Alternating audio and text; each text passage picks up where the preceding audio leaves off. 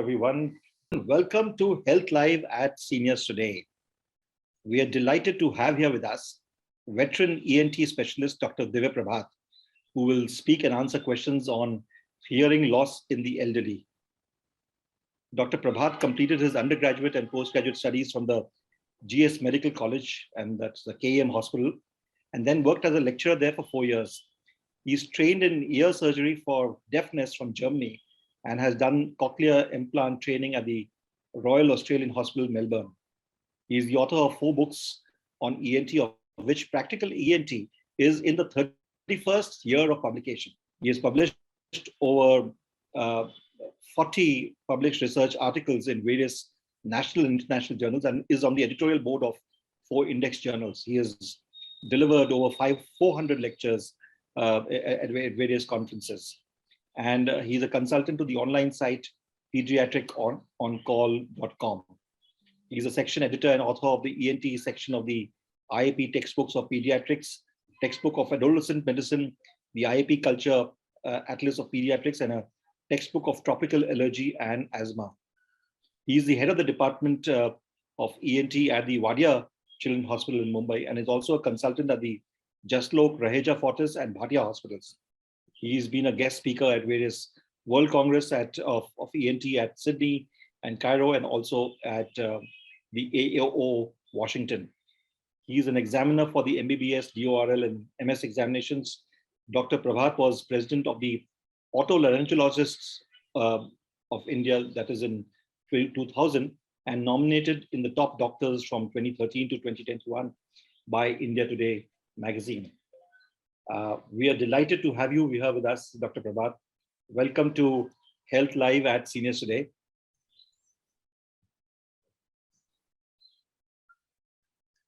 Thank you, Mr. Maheshwari, for a very warm introduction and a very socially useful program that you have put into. And thank you. Thank you very much. One of the things which I always ask people who are doctors like yourself, and we try to dip into their insights, because we started the Health Life series when the first wave of the pandemic was there, and there was a lockdown, and we felt that these sessions help facilitate knowledge to people. Since you visit all these hospitals and you're up close with what is happening around, where do you see the current situation of the Omicron virus infection? Yeah, basically it is now, it'll be ebbing. I mean, it'll be going down. And what we see is it doesn't enter the lower respiratory tract now. People get well in 3 to 5 days. In 5 days, they are up and about. So I hope that Omicron will basically overshadow the Delta and things will be much better in 2022.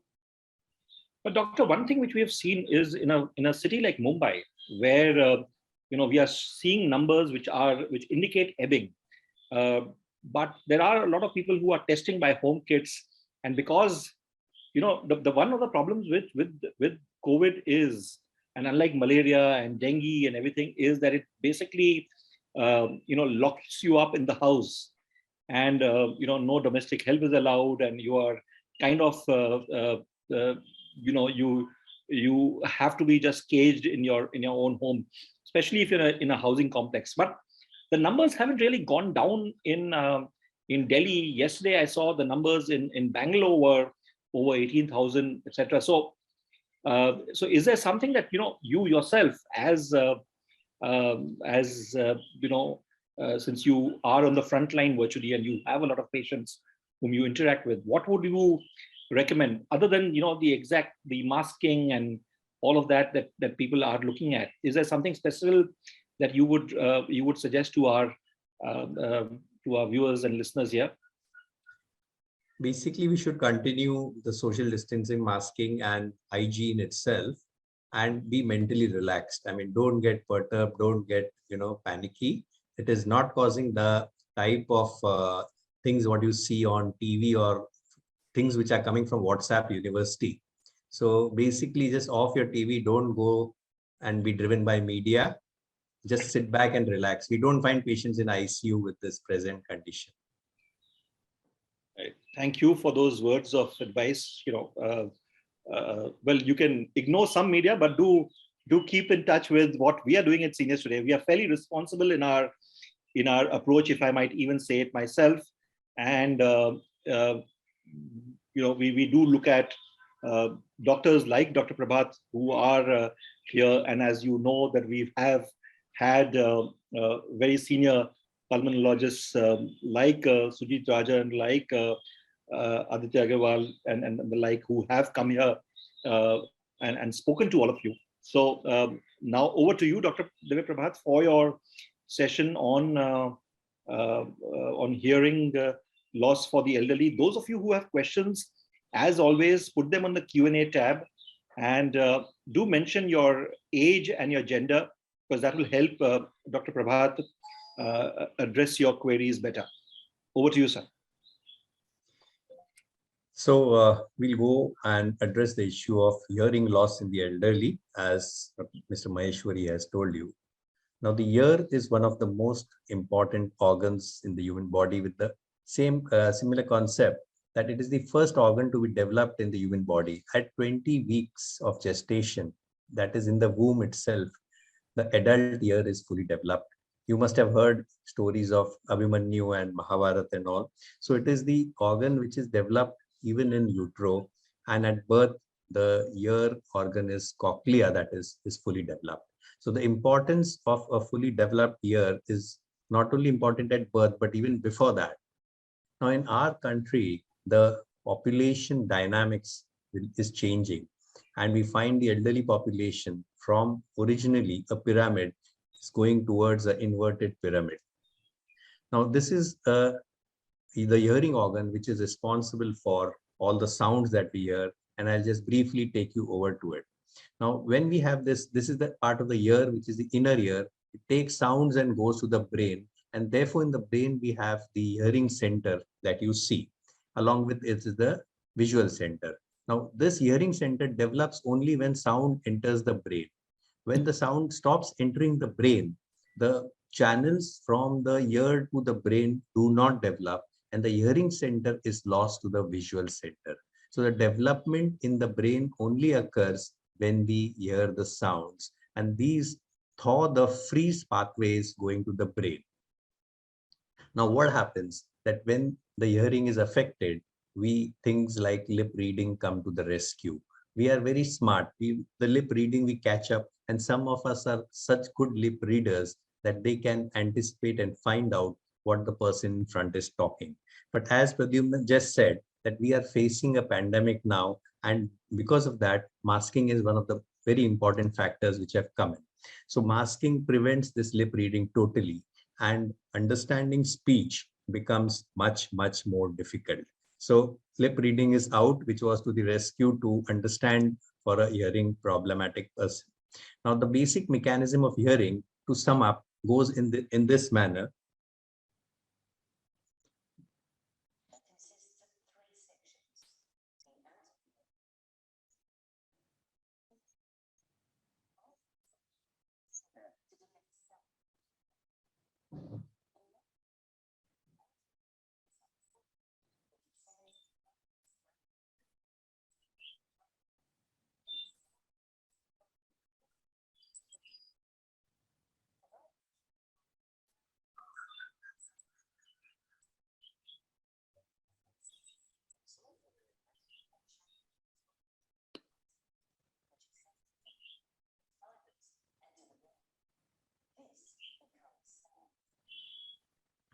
So this is exactly how sound enters into the ear and goes to the brain. We can't see it, doctor. Sorry, doctor, we can't see your screen. No? No. Can you see it now? No, we can't. We can't. We have not been able to see it at all. Oh. You saw the initial slides? No, nothing at all. Oh. 1 minute.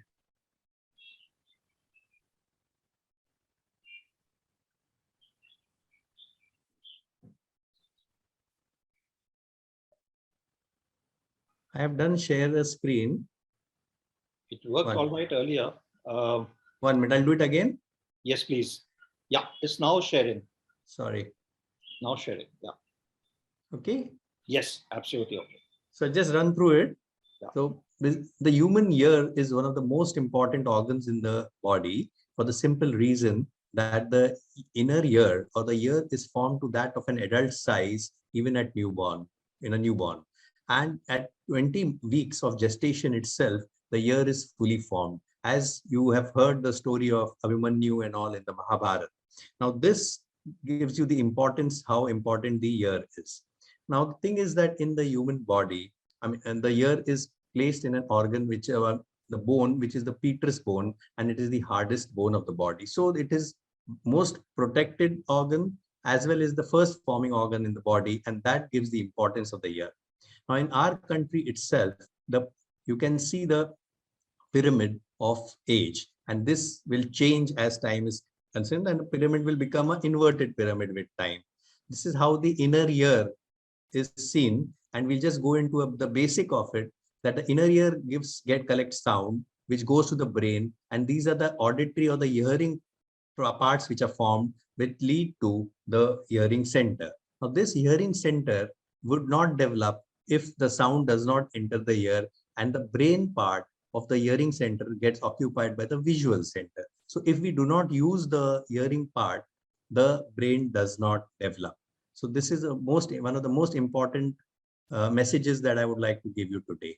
Now we are very smart. I mean, even with hearing problems, many of our patients do lip reading. You can find out, decipher what the person in front is speaking, and you can know or try to assess what the thing is. But the problem is with the pandemic today that we all are using masks, and this compounds the problem of lip reading gets eliminated because this cannot be used. The hearing mechanism is in brief.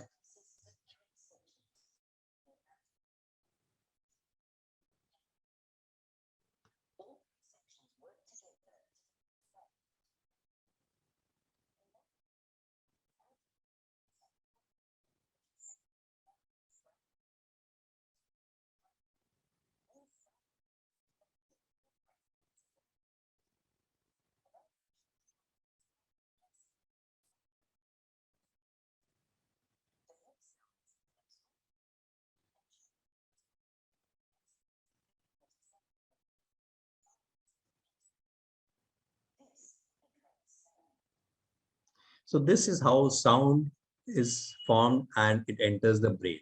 Now the commonest causes that we find with the hearing is aging. Now aging, or called as presbycusis in medical term, is a physiological condition. It's not a disease in any manner. As we get older, the hair cells which you saw in the earlier picture, they get affected, and this causes the hearing loss. Secondly, the most important thing in our metropolis is noise. Noise is the commonest cause of complete damage to the inner ear. Thirdly, would be medical conditions, could be like many years or various infections can affect the ear. And lastly, medications that we take may have certain side effects causing a hearing loss. So we have to first be away from noise if you want to protect your ear. It is seen that those who even stay near the railway lines or near the airport, etc., they tend to get more affected with noise, and their sleep gets affected. There are even the chemists over there. Apparently, they sell more antihypertensives, anti-diabetics, antidepressants, and even antacids. So noise is one of the biggest factors which can be preventable as far as this is concerned, and which has become a day-to-day part of our daily life. Secondly, would be the drugs and medicines that you take. Most commonly, even for our elderly people, aspirin has become quite a routine that, which is prescribed. Aspirin has also effects on the ear, and therefore ear testing is very important. All the aminoglycosides like gentamicin, kanamycin, streptomycin, as you all know, damage the ear, and therefore we have to be very careful while taking medicines for a long term. The things which are affected in the ear is the inner ear, and the inner hair cells get affected, and they are the basic cause of hearing loss. So this is the organ which is responsible for the hearing, and the hair cells, if they are damaged, it would lead to no generation of electrical sound inside. And this is how, where an implant is done and the electrical sounds are reduced. So what is the effect that occurs because of this hearing loss in our elderly population? The problems are associated, we find them that you find depression, they get withdrawal from social life, they become very lonely, there is anger which develops, there is reduced personal safety, definite cognitive decline is there, and poor health. So this is how there is an emotional impact of a hearing loss in our seniors. Now, if you see, the incidence is quite high. Even from 65 to 74 years, 1 in 3 of the Americans studies have shown that they suffer from hearing loss. And when we consider people above 75, it is in every second person. So the incidence is so high, from you can say 1/3 to half of the elderly population is suffering from this. And the problem is that the warning signs, when they ask somebody to repeat what is said, they miss out on words. Many of them have ringing, buzzing sounds in the ear, which is tinnitus. These are many of the indicators, and these all can be managed or treatable comfortably. So it is not the patient who complains of it or gets to the doctor. It is usually the relatives or the associates who get them, because the person who's suffering from a hearing loss feels that he's not losing anything. He has no law and disability. So hearing amplification not only reduces the loneliness, it delays dementia and improves the quality of life. So basically, as I said, we get a hearing test done, and the hearing test would tell us what the hearing level of the person is. Now, very important is that all the seniors who have this hearing affection with the cochlea also have difficulty in balance also, and they come out with different forms of vague symptoms and also develop ringing in the ear, which is called as tinnitus. So this tinnitus or ringing in the ear is also distracting, which again needs to be treated at once. So the test which is done is called as a pure tone audiometry, which tells us that what the hearing of the person is.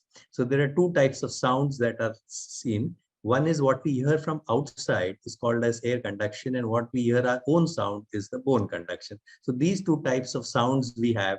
So therefore, what happens whenever you find an elderly person, you will find them speaking very loudly. The reason is that their bone conduction is affected, their inner ear is affected. So they themselves cannot hear their sound normally. So when they cannot hear their sound normally, they will speak in a loud tone, and one might feel that they are angry.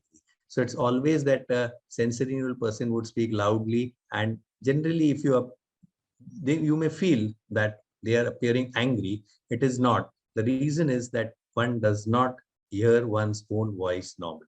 So if one speaks loudly also, it can be an indicator of a hearing loss in the elderly people. So age related is the first cause of hearing loss, and that how it affects, it is just not a symptom, but it has to be treated. It is like on the bonnet of a car, if you see an indicator coming, you cannot, you don't keep on driving down. You stop the car at the side, open the bonnet and see what is wrong. So rather than waiting for the car to collapse and landing with a central disorder, it is better to just find out what the cause is. So get an audiogram done, which shows a high frequency loss. You can see the sloping curve. This is very typical of age-related hearing loss. And this tells us that now the high frequencies are affected. These sounds are missed, and this missing of sounds leads to various things like avoiding social participations. First of all social participations are avoided, isolation occurs, depression occurs, and it's the person keeps on getting withdrawn, and even dementia and Alzheimer's starts off with all this. So various types of hearing aids are not totally, I mean, they're so advanced that I can isolate even noise. Like when we are outside, the sound of winds is cut off. There's music can be appreciated by a person. They can use it through Bluetooth, or even streaming, audio streaming is done. Tinnitus can be reduced. So all those things can be done with a hearing aid. There are different forms available. Now, especially in the diabetics, it is very important that hearing loss is nearly 50% as far as the diabetics are concerned, and that has to be treated. Now, the red area will show the area which is lost because of age-related hearing loss. So these are the sounds that are lost by the people. So what they do is they fill in the gaps by trying to guess and fill in the gaps. These are different hearing aids that are produced, but hearing aids were not used as they were supposed to be an handicap. But now such small devices are also available which go into the ear canal, which really speaking are not seen, and much bigger than those devices, which, you know, if Beckham wears and he wears a much larger piece outside, becomes a fashion statement. So Bluetooth is a fashion statement, but an hearing device becomes an handicap. So it is why only 1 in 5 of those who require do not use hearing amplification, because they do not know the benefits of it. They blame others. There are, of course, them it may be considered a stigma. They are misinformed and they failed at using a hearing aid, and the expectations sometimes become too much. The basic consequences are that speech recognition or one-to-one conversation does not occur. In small groups, they would withdraw because when many people are speaking, they would miss out on words and particular speeches would not be understood. So what is important is use it or lose it is the edge of today's the message that I would like to give you. So the two things that which can be done is, one is using a hearing aid or bypassing the ear by doing a cochlear implant. So just for your knowledge, I'll just inform you what a cochlear implant is.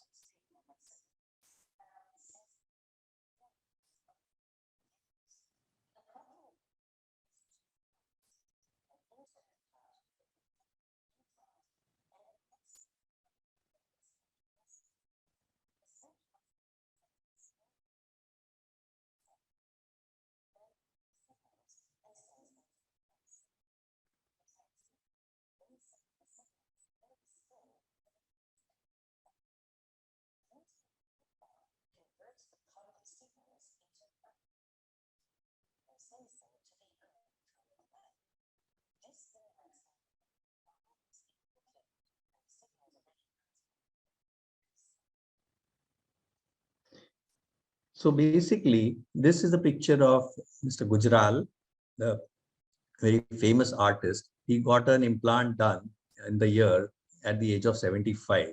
So at a time when one would think of basking in the laurels of his successful life as a sculptor, he started painting, and till he painted till he was 94, I think.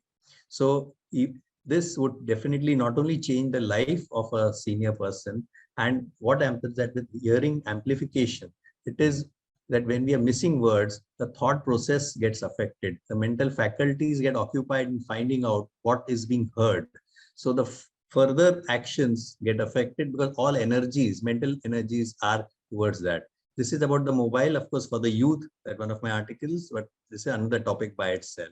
So what I want to tell you is that if you use the ear, the nerves do not degenerate, the nerve pathways are strong and newer activities can be built up. When the nerves are not, the ear is not used, automatically the nerves degenerate and the brain loses the hearing center and leads to things like dementia and other neurological conditions. So to have an active life, communication, social, and otherwise, hearing becomes very important, and therefore you should get tested and use the ear maximally. So again, the essence of all this is use it or lose it. So unless you use your ear, you will find that the brain shrinking, the area will be lost, and we lose the capacity of hearing. Thank you. Thank you for your questions, please.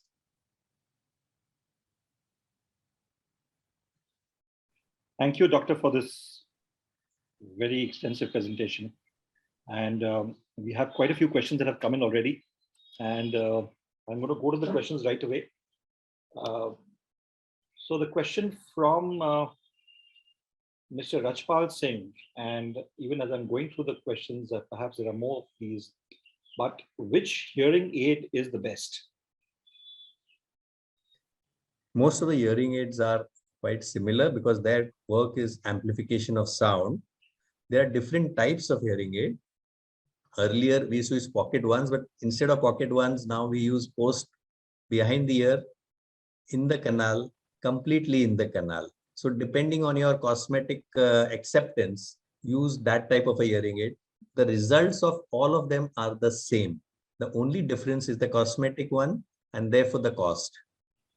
But doctor, I've had this, I had bought a cosmetic one, as one could call it, for my father. And I remember, changing the batteries, etc., was exceedingly difficult for that.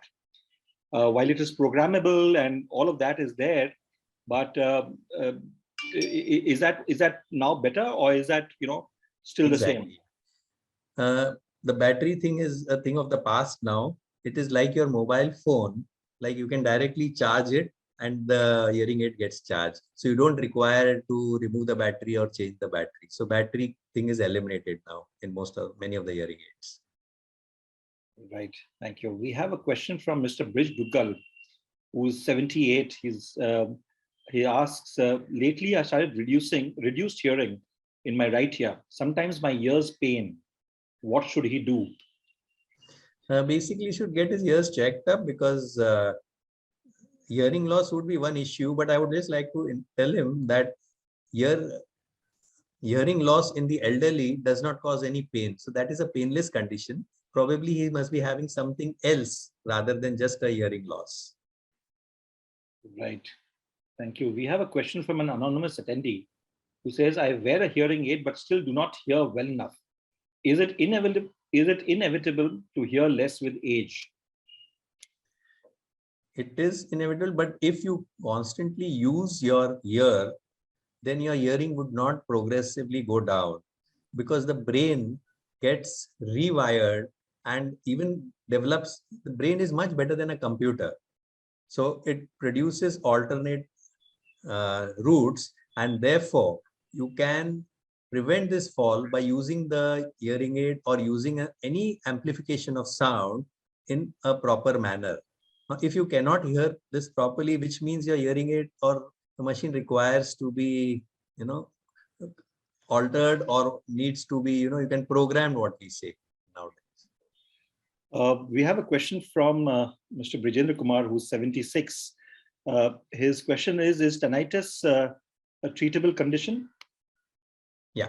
See, basically, tinnitus is perception of sound in the absence of any relevant external stimulus. Now, if it is an objective tinnitus, it is totally treatable. If it is subjective tinnitus, with various methods, the tinnitus can be reduced to a considerable extent, because there may be a cause like, hyperlipidemia, hypercholesteremia, hypertension, diabetes. Even all of these also will cause tinnitus. Right. Thank you. We have a question from Ms. Vinita Kamath. She asks, she's 71, and her question is about hearing loss in 1 year after catching a cold. Is that something that could happen? Her statement is that I had severe cold 10 days back, now unable to hear on my left side. I'm taking treatment. Yeah. Cold is one of the commonest causes of hearing, and respiratory tract infection from the nose and sinuses directly gets into the ear and causes a hearing loss. But this is obviously a treatable cause. Unless not treated, neglected, then it can damage the cochlea, what we have shown in one of the slides, and that can be a permanent loss later. So the earlier you treat it, the better is the prognosis and better would be the results. This is a question from Devendra Gada. I know he's not a senior, but I'm still going to ask, because it's an interesting question. His question is, and you address this, that due to diabetes, which part of the inner ear is affected, and what tests do you recommend for diabetics on a regular basis as far as ENT is concerned? Basically, with diabetics, the cochlea and the cochlear nerve gets affected, and therefore doing an audiogram becomes mandatory. Nearly 50% of the diabetics have a hearing impairment, and therefore doing an audiogram and keeping your sugars under control is absolutely necessary, because it's a permanent type of a loss if it affects. Secondly, in diabetics also the external canal gets affected, which is called as malignant otitis externa. This is an infective condition, typically occurs in diabetics elderly, those who have a very lower immunological status or body defenses are low. And how often do you recommend an audiogram to be done? As in, it's not part of all diagnostic lab packages, But how often would you recommend that a person does it after the age of 60, or if a person is diabetic, even younger? Yeah, if he's diabetic, or meaning normally we advise after 40 to get a hearing test done. Otherwise, routinely after 60 years of age. Right. So that's 1 year, once a year. Is that what you recommend, or once in 2 years? Once in 2 or 3 years is also enough. I mean, if it is normal, there's no need to get it very often. Yes. Thank you. We have a question from Mr. Bharat Mehta, who says, is the problem of hearing, could it be hereditary because of family history? Definitely. Genetic causes, as I showed in the slide, that it runs in families. And typically, I mean, you find a hearing loss, which is, high frequency hearing loss, that they get certain genetic conditions would predispose a person to hearing loss at an earlier age. So if there's a family history, strong family history in the parents or grandparents, then it's advisable to get a hearing test done much earlier. Right. A question from Bharat Ganjawala, who's asked, can one try a cochlear implant without an invasive procedure? Yeah, not today, because we have to open up the inner ear and, do the surgery. But this is still in the experimental stages. It doesn't have US FDA approval now. They have done it at Stanford, where they have done it in animals, where pigs and all, where they've done stem cell implant to regenerate the hair cells of the cochlea. So, I mean, once that gets through, then it will become non-invasive. But as of today, it's an invasive surgical procedure. Right. Thank you. We have a question from Mr. Suresh Khate, who's 68. He says, in both my ears, there's a lot of itching, irritation that takes place, and therefore I have to use buds at least 2 times a day. Why is it happening, and what is the curative and preventive action to be taken? The first thing is that I would tell him to go first throw away the buds that you have, because the more and more the buds you use, it will introduce infection, cause trauma to the ear and damage the ear. So first of all, do not use buds at all. The cause of buds most commonly is water entering into the ear after a shower or a bath, and the ears are not dried enough. So therefore, water is one of the commonest causes. Second reason would be formation of wax. Wax is a natural collection. It's not a disease. So don't bother about wax collection. You can use ear drops and the ears will be clean. So if at all you find itching, the first thing is make a fist. Avoid putting anything into your ear, because the moment you put something into the ear, you are bound to cause some amount of trauma or damage. Right. Thank you. We have a question from an anonymous attendee. Is it necessary to use Solivax every Sunday? What does it do apart from softening wax? Yeah. See, now I'll tell you, the formation of wax is physiological. It's the desquamation of epithelium, the skin, with sweat glands, and that forms wax. So wax is no disease. First of all, remember that. Secondly, wax is formed naturally. Wax is thrown off also naturally. When we eat, when we chew, there is there's a centrifugal force which works on the ear canal. The jaw bone, it hits on the ear canal, and that centrifugal force throws off the wax also. So wax, unless the canal is very narrow or there is some other issue with the canal, wax will be thrown off. So you need not use these drops at a regular basis at all. Right. Thank you. We have a question from KD Dadanji, who's one of our regular attendees. Says, Doctor, my husband is 76 and he has a hearing problem since a couple of years. Doctors have advised him to wear a hearing aid, but most of them don't work, or you get a buzzing sound. The very good imported hearing aids are very costly, and they informed him that even if a drop of water goes in, they will stop working and can't be repaired. Can you suggest an aid that is reasonably priced and yet works well? Yeah, I think there's no need to go in for imported ones. Even the local ones will be good. And basically, they have been programmed well.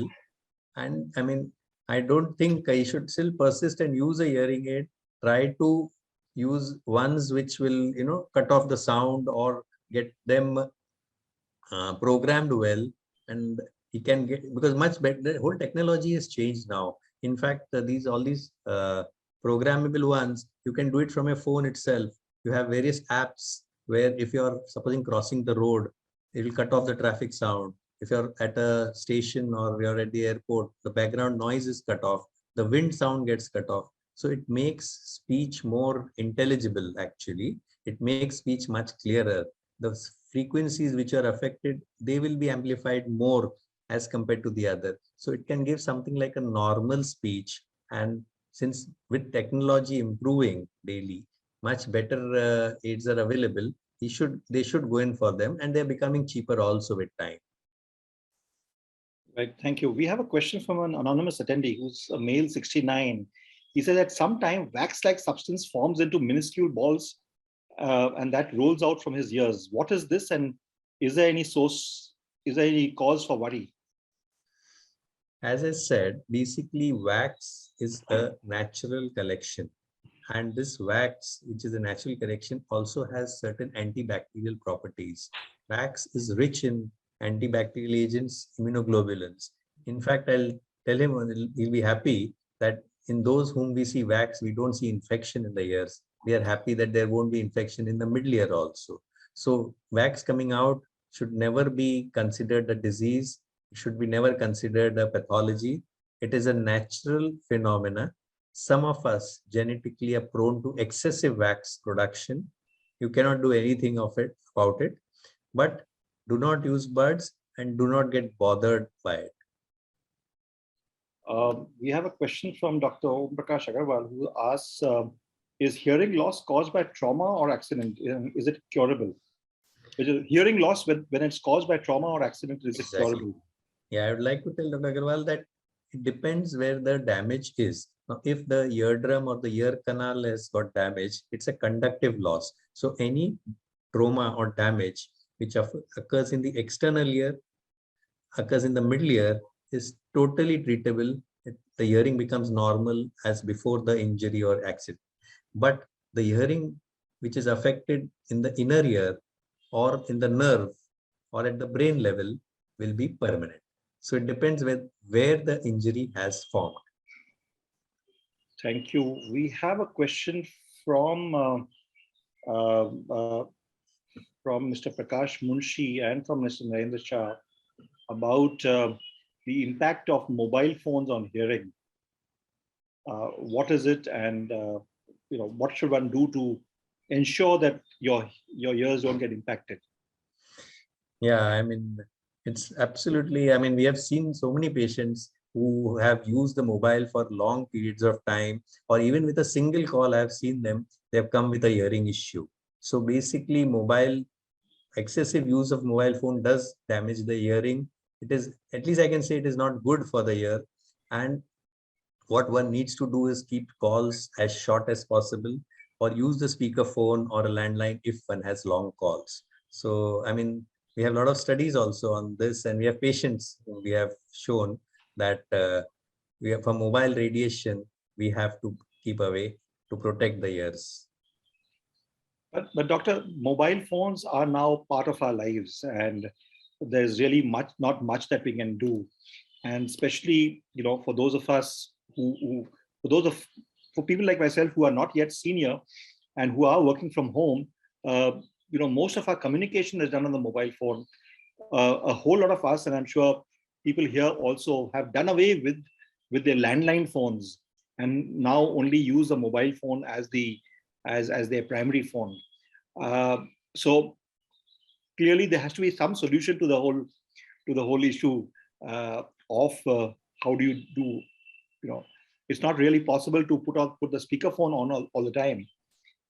So what do you recommend? What is the because I'm sure this is a global phenomenon. This is a global problem. What is the thinking and what is the right solution from across the world? As far as possible, I mean, you can use even texting, and at the same time, I mean, what I do is otherwise I use a speakerphone or a handset, because the thing is, I have seen patients suffering with, or even with a single call, somebody who had a call for an hour, 2 hours, and they come with tinnitus, they come with heating around the ear, they have come with even dizziness. They have documented hearing loss also in these patients. So, I mean, personally, I would say that continuous use or a use of mobile should be a little restricted as compared to, see, because the radiation which is given by a mobile is similar to a microwave, but the mobile is kept on the ear itself, close to it. You don't put your head into the microwave when you're owning it. I mean, so thing is, when you're so close to it, you can keep the distance a little away from your ear, one.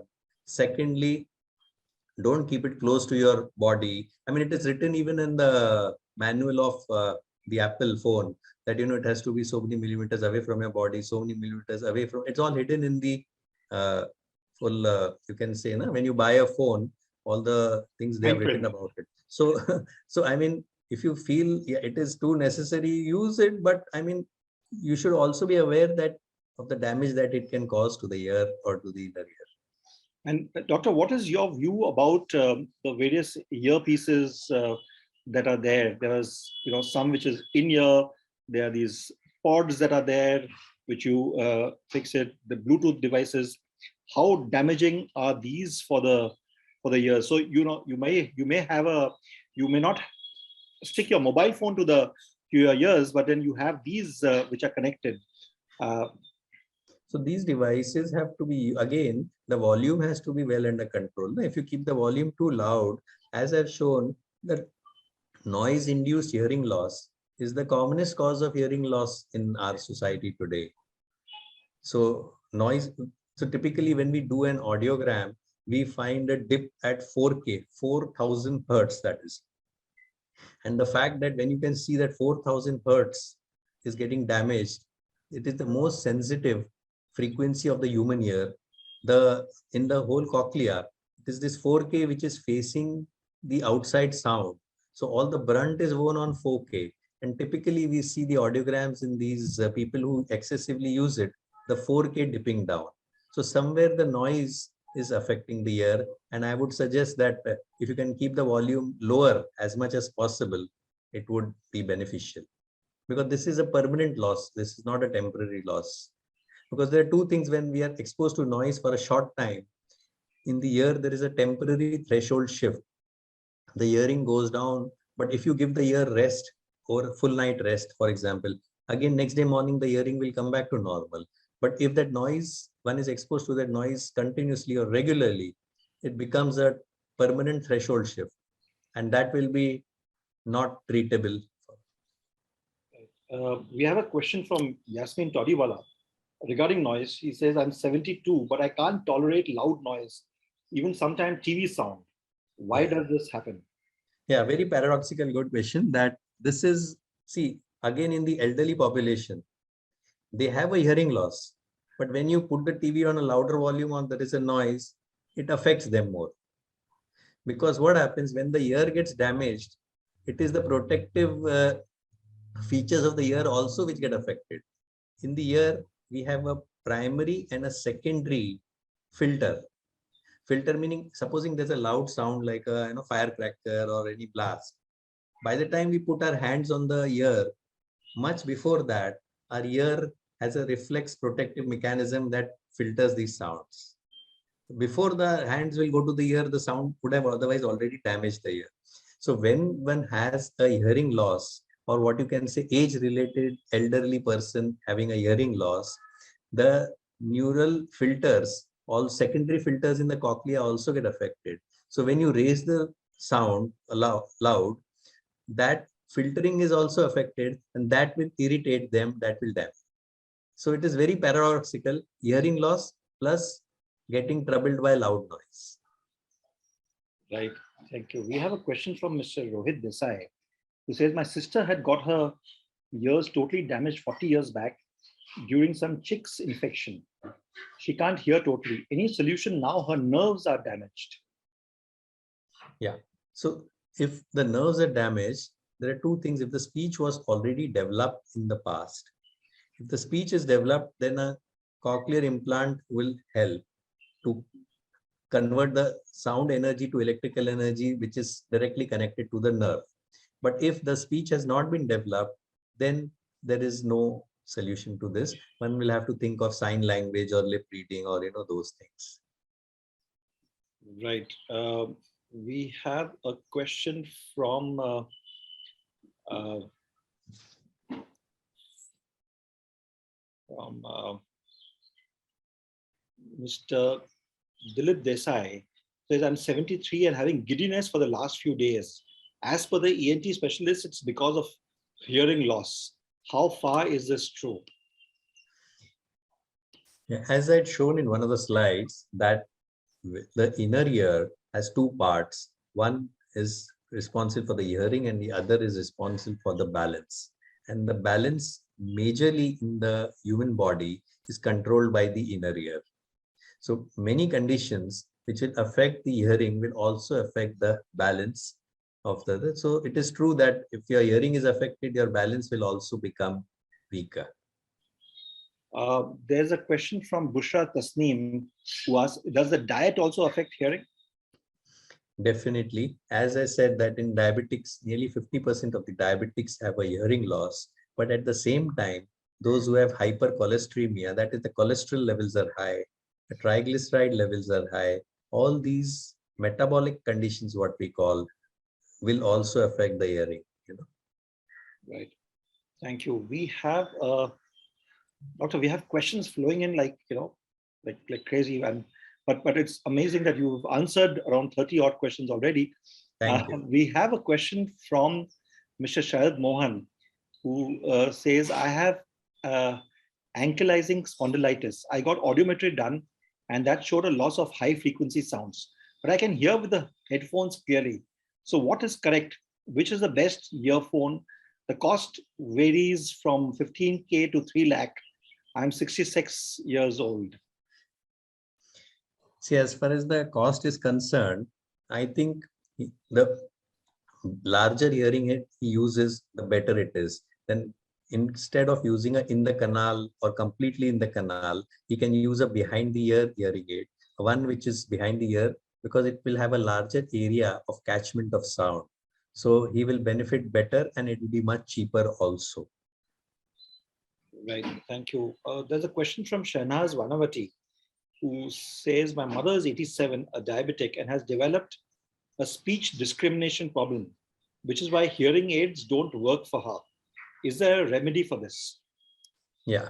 So what happens that especially in diabetics, as I said, the inner ear is affected, and with the inner ear affected, you can only hear sounds but cannot decipher between the sounds. This is typically a sensory loss which has gone beyond a certain stage.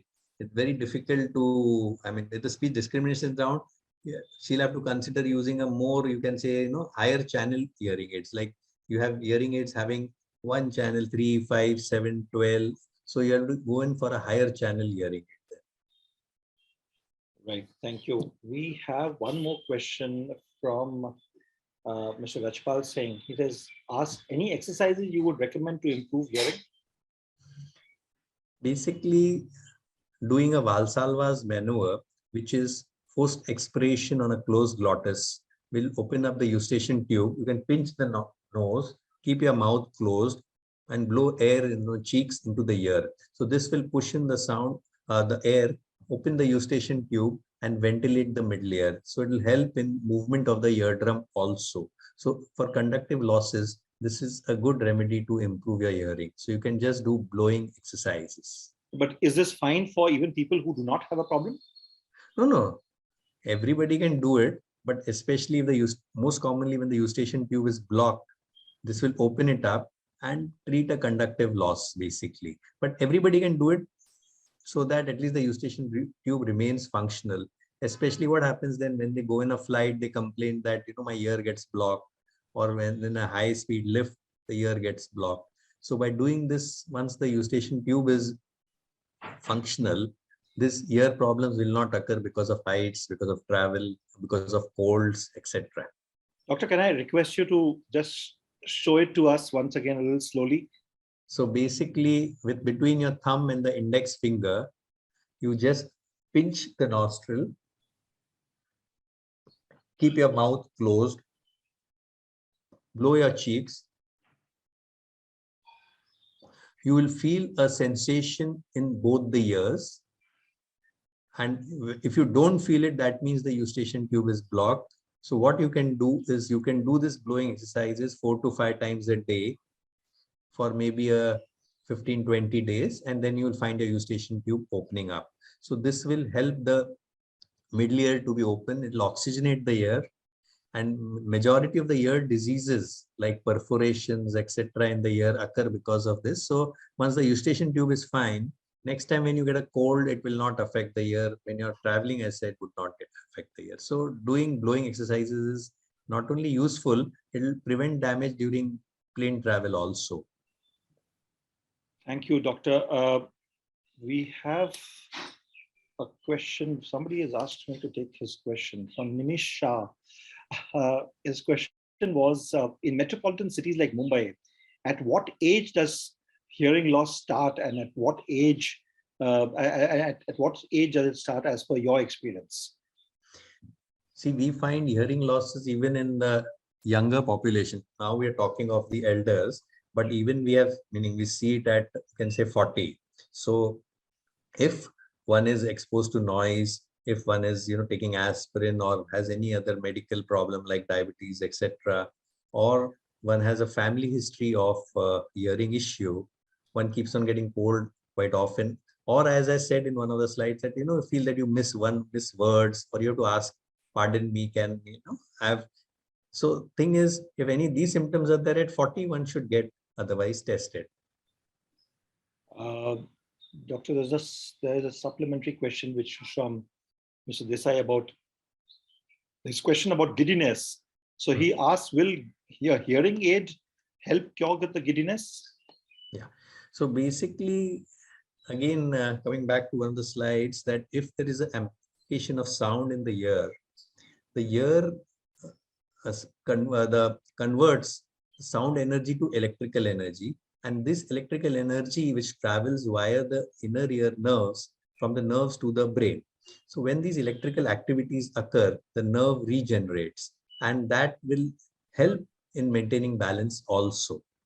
Because thing is, when the sound is not entering, there is no activity, as we've seen, that use it or lose it. So if you do not use the ear, the nerves and the inner ear starts degenerating, and that will also affect the balance to a great deal.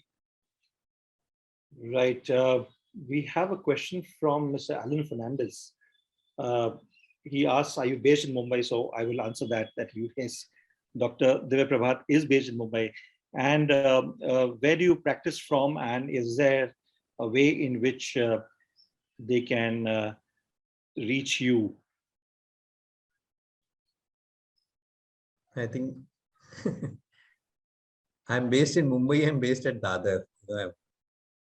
Yeah. So what we'll do, Doctor, is I can share your email address, and if you have a clinic number on the